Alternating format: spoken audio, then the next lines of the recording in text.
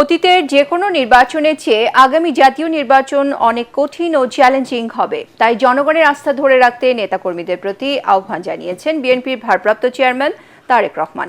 খুলনা বিভাগীয় কর্মশালায় ভার্চুয়ালি যোগ দিয়ে তিনি বলেন, অতিরিক্ত আত্মবিশ্বাসী না হয়ে জনগণের সমর্থন আদায়ে কাজ করতে হবে।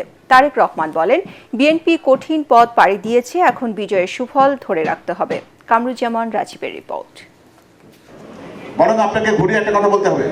রাষ্ট্র কাঠামো মেরামতের ৩১ দফা ও জনসম্পৃক্তি শিরোনামে খুলনা বিভাগীয় কর্মশালার আয়োজন করে বিএনপি।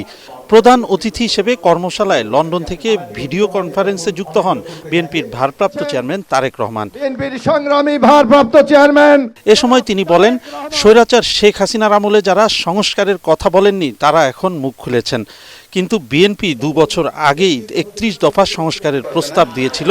এতেই প্রমাণিত বিএনপি জনগণের কথা চিন্তা করে। Double million offer Walton fridge কিনে পেতে পারেন ২০ লক্ষ টাকা, রয়েছে কোটি কোটি টাকার নিশ্চিত উপহার। সমাজের অনেক ব্যক্তি অনেক সংস্কারের বিষয়ে কথা বলছেন, যারা ৩ মাস বা ৪ মাস বা এমনকি ৫ মাস আগেও ৬ মাস আগেও যারা সংস্কার নিয়ে কোনো কথা বলেনি, কিন্তু বাংলাদেশ জাতীয়তাবাদী দল, আপনাদের দল বিএনপি এই সংস্কারের কথা আজকে থেকে ২ বছর আগে বলেছে। যখন আমরা জানতাম না স্বৈরাচারের পতন কবে হবে, বিএনপি যে দেশের কথা চিন্তা করে, দেশের মানুষের কথা চিন্তা করে এবং চিন্তা করেই যে এই যে ৩১ দফা বা সংস্কার প্রস্তাব দিয়েছে ২ বছর আগে। বিএনপির ক্ষমতার উৎস জনগণ মন্তব্য করে তারেক রহমান বলেন, নেতাকর্মীদের আচরণের উপরই নির্ভর করছে দলের ভবিষ্যৎ।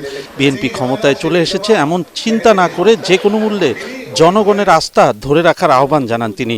হতে পারে আমাদের একটি প্রধান প্রতিপক্ষ অনেক দুর্বল হয়ে গেছে,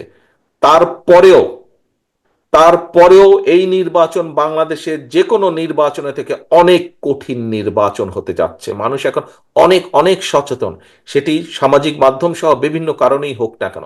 কাজেই সহকর্মীবৃন্দ, কেউ যদি মনে করেন যে আপনার এলাকার কোনো কিছু আপনাকে এফেক্ট করছে না, আরে এটা কেউ জানবে না, এইটি ভুল ধারণা সম্পূর্ণভাবে। আমরা ক্ষমতায় যাইনি, আমরা ক্ষমতায় যাব কিনা আমরা জানি না। তখনই আমরা ক্ষমতায় যেতে পারবো যখন আমরা বাংলাদেশের জনগণের সমর্থন পাবো।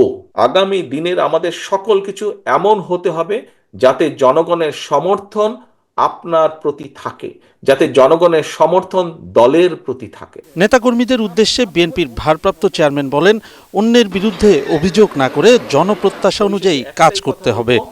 জনগণকে সঙ্গে রাখুন, জনগণের সঙ্গে থাকুন। কামরুজ্জামান রাজীব, এটিএন বাংলা।